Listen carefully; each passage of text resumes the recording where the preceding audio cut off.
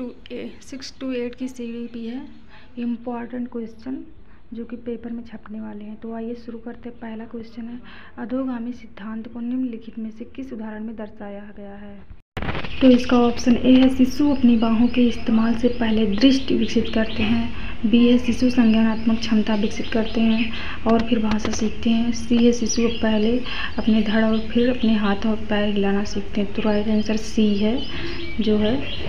दूसरा क्वेश्चन है, विकास शरीर के मध्य से बाहर की दिशा में होता है, नीचे से ऊपर की ओर होता है, एक आयामी है, वातावरणीय कारकों से प्रभावित नहीं होता। तो इसका राइट आंसर ए है, शरीर के मध्य से बाहर की दिशा में होता है।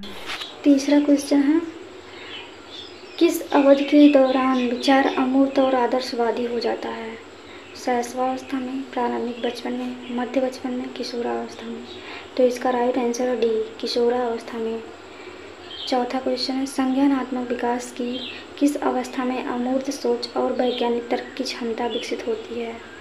संज्ञानात्मक आप लोग जानते हैं, पूर्व संक्रियात्मक अवस्था में, संवेदक गामक अवस्था में, मूर्त संक्रियात्मक अवस्था में, औपचारिक संक्रियात्मक अवस्था में। तो आप लोग अमूर्त सोच और वैज्ञानिक तर्क की क्षमता विकसित करती है, इसे तो समझ ही गए हैं कि ये औपचारिक संक्रियात्मक अवस्था है। तो ऑप्शन इसका डी सही है। ये है कथन और कारण है। तो पहला अभिकथन है, बच्चे स्कूल में अकादमिक संप्रत्यों के अलावा मूल्य धारणाएं भी सीखते हैं। ये तो सही है इसका अभिकथन। तो इसका कारण है, स्कूल समाजीकरण की एक परंतु एक महत्वपूर्ण संस्था है। सही है, ये भी द्वितीयक में आता है। आप जानते हैं समाजीकरण की स्कूल जो होता है। तो इसका राइट आंसर है ए और आर दोनों सही हैं और आर सही व्याख्या करता है ए की। छठवां क्वेश्चन है, वाइगोत्स्की पद्धति जिसमें शिक्षक और छात्र सीखने में सहयोग करते हैं, क्या कहलाता है? जो एक दूसरे का, इसमें शिक्षक और छात्र दोनों लोग सीखने में सहयोग करते हैं, इसका आंसर क्या है? खोज, अधिगम, पारस्परिक शिक्षण, क्रमादेशित निर्देश, प्रतिपादक शिक्षण। तो इसका राइट आंसर है बी, पारस्परिक शिक्षण।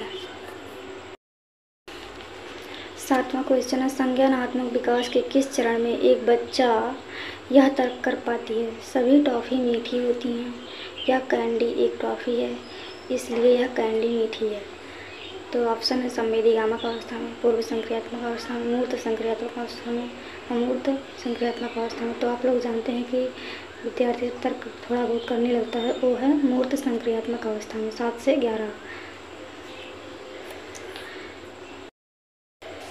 आठवां क्वेश्चन है, एक किशोर विचार करता है, यदि हिंज अपनी पत्नी को बचाने के लिए सब कुछ नहीं करता है तो वह किसी मूल्य को जीवन से अधिक मूल्य देता है।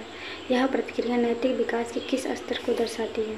सामाजिक व्यवस्था अनुरक्षण अभिमुखता, सामाजिक अनुबंधन अभिमुखता, अच्छी लड़की अच्छा लड़का अभिमुखता, सार्वभौमिक नैतिक सिद्धांत अभिमुखता। तो इसका राइट आंसर है सार्वभौमिक नैतिक सिद्धांत अभिमुखता।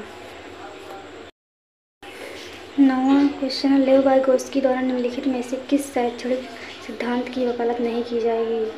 इनाम और दंड का उपयोग, सामाजिक संपर्क को बढ़ावा देना, सहकारी शिक्षा का प्रयोग, बच्चों को सांस्कृतिक साधनों का उपयोग करने के लिए प्रोत्साहन। तो इसका राइट आंसर है इनाम और दंड का उपयोग। क्वेश्चन बहुत बार आ चुका है, बहुत इम्पोर्टेंट है। हार्वर्ड गार्डनर ने सुझाव दिया कि अलग अलग प्रकार की बुद्धियाँ होती हैं, निम्नलिखित में से कौन सी बुद्धि गार्डनर द्वारा प्रस्तावित प्रकारों से एक नहीं है? संगीतमय, भाषाई, शारीरिक गत संवेदी, व्यवहारिक। तो आप लोग संगीतमय वाला भी पढ़ेंगे, भाषाई भी पढ़ेंगे, शारीरिक गत संवेदी जो शरीर से गत होता है, डांस वगैरह जो भी। व्यवहारिक नहीं जानते हो, सुने होंगे, उसमें नहीं है। तो इसका राइट आंसर है व्यवहारिक नहीं है। बच्चों में जेंडर रूढ़िवाद के खंडन हेतु निम्नलिखित में से किसका प्रयोग टालना चाहिए?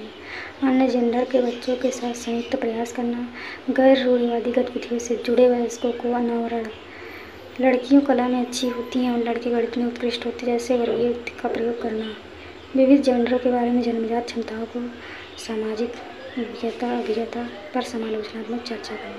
तो देखा जाए तो सभी आंसर सही हैं, बस इसमें सी जो है यही यही करना, यही चीज़ को टालना चाहिए कि लड़कियाँ कला में अच्छी होती हैं और लड़के गणित में अच्छे होते हैं, ऐसा नहीं करना चाहिए। यही राइट आंसर है सी।